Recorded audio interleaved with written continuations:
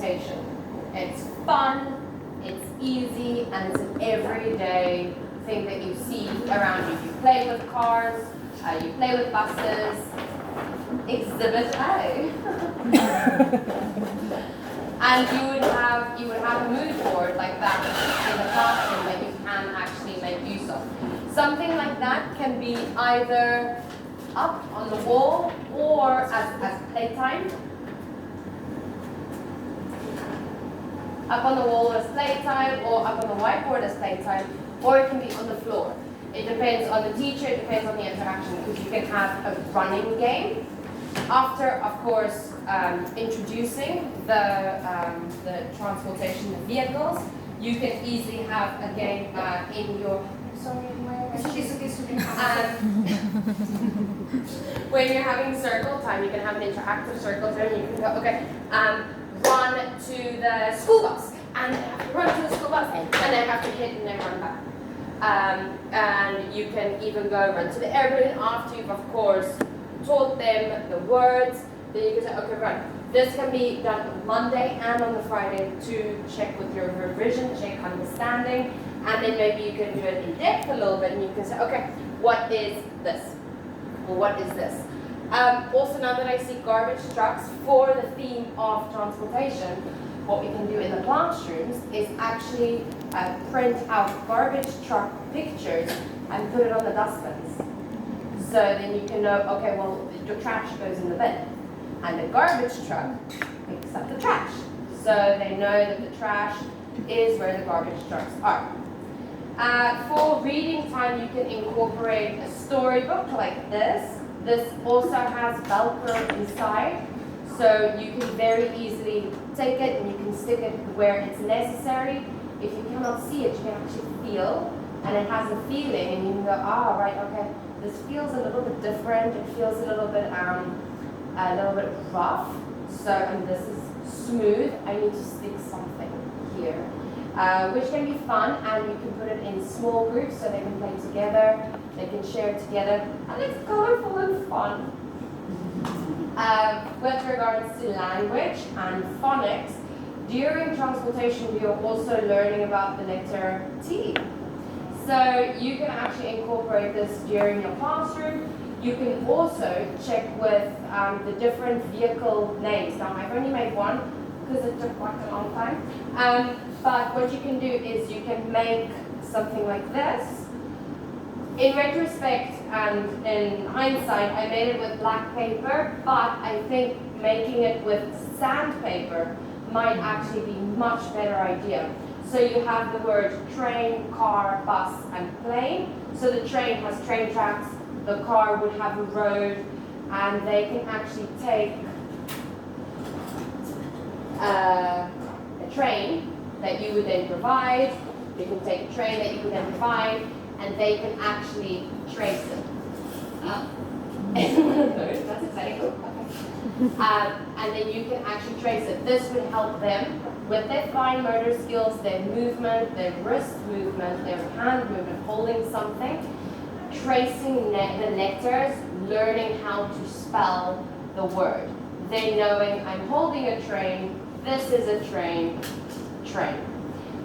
For extra time, you can also, for an extension, you can create their names as well for a road. And then you can play like that just until it's their turn again. With regards to these as well, we've also created maths incorporation.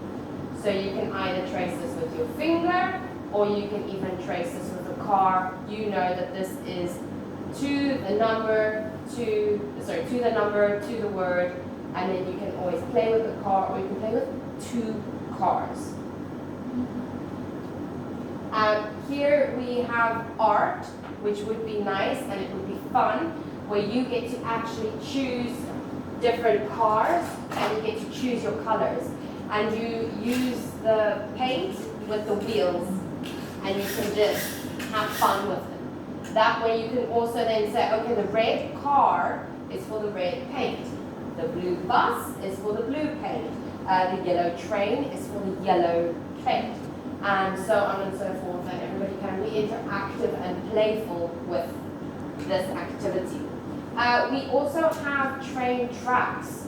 So this can be something that they can actually create in and around the classroom that they can play with.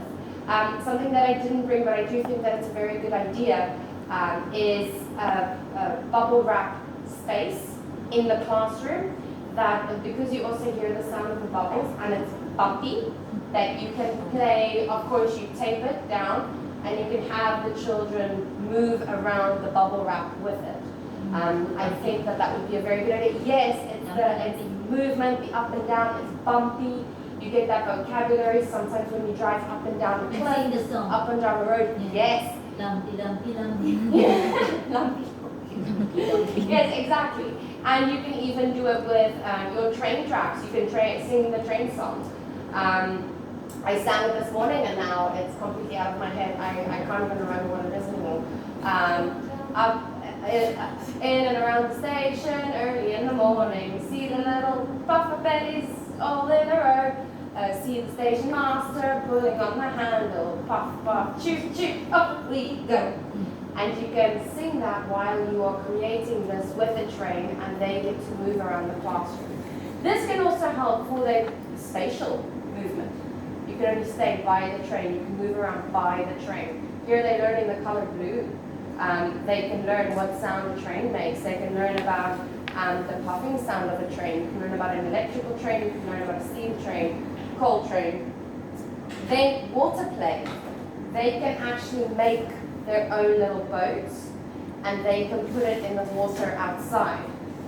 This is also how they can learn about wind and movement. If they can blow it and it would move a little bit around, they can learn about the colors yellow. They can learn about blue. They can also learn and regurgitate about a triangle, which is something that we would have then already learned in term 1. They can just pick up on that. And they can learn about float and sink. Yes, floating and sinking as well.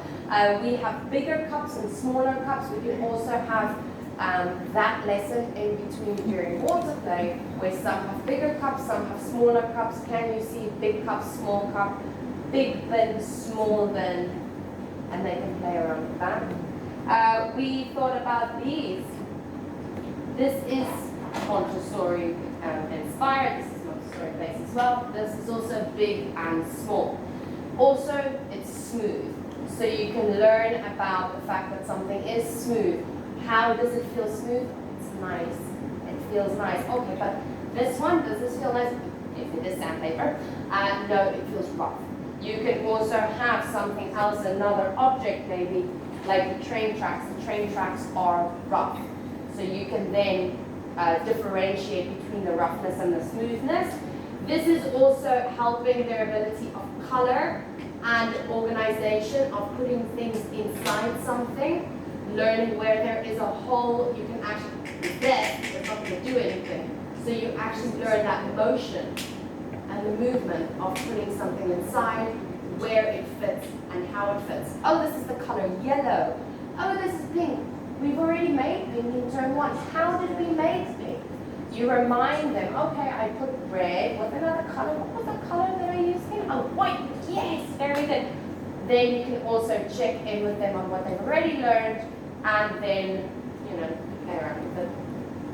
So you have these, you can do big and small, and then eventually afterwards you can play with it and you can have that game where you play and you can see, oh, yours went far, mine is near, mine has more blocks, yours have less blocks because it's more and less.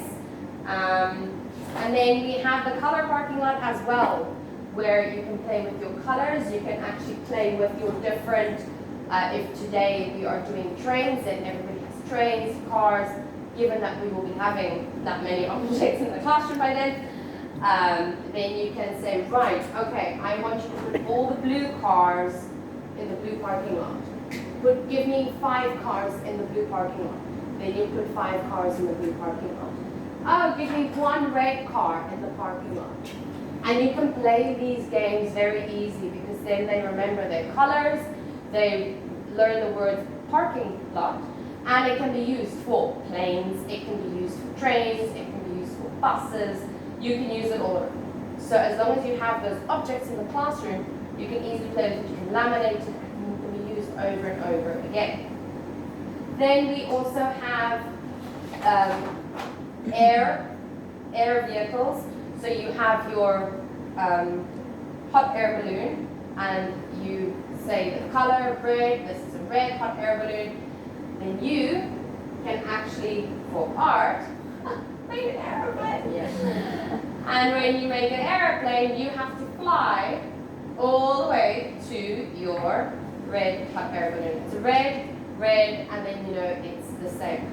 Technically the one is pink, but nobody can see it, so it's red, and it's on a hot air balloon that is red. You can then also have them create that art, because this is quite fun to make. They paint this, and they stick it together.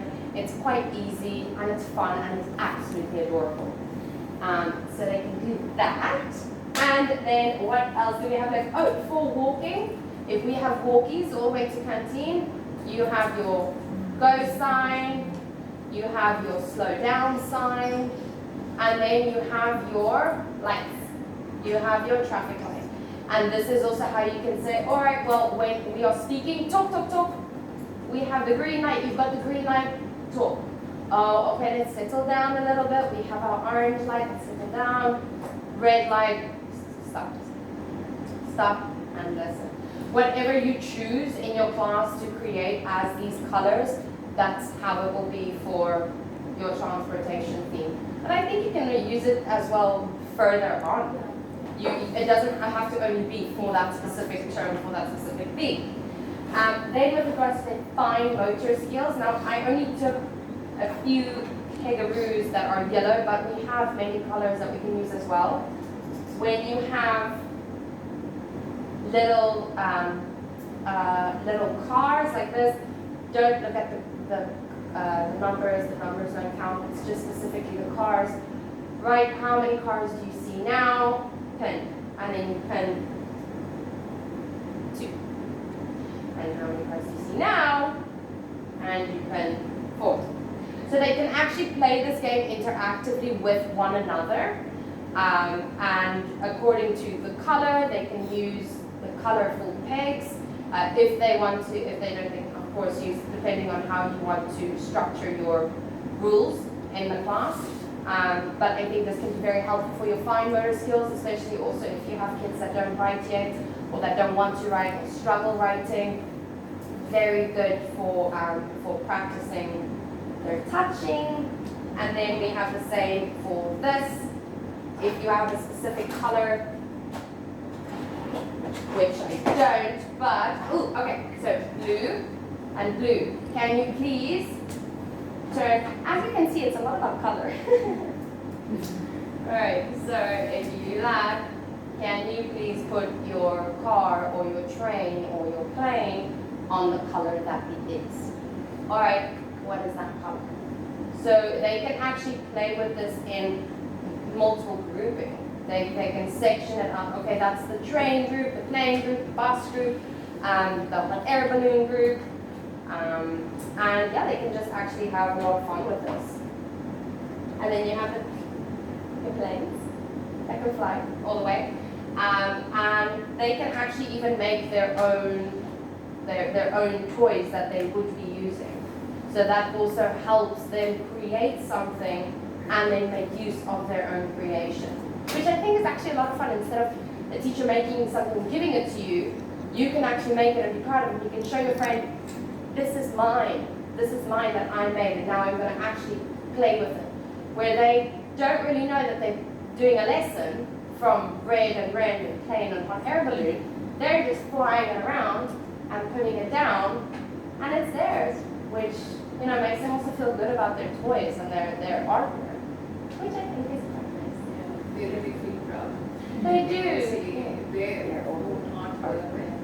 Yeah. Exactly, and I think that would really build their confidence as well, and it would make them want to remember it more, want to play it more, want to learn about it more. And then as well, they can use it and go match. Can you match? What is this? This is a plane. Can you go show me your plane? Or what is this? This is a train. Can you go show me your train? And they can always use this. We can use this almost every day as an interactive map on transportation. If I am in the water, where am I? Let's go sit outside. We play with our water. We're interacting with our little butts. That's it.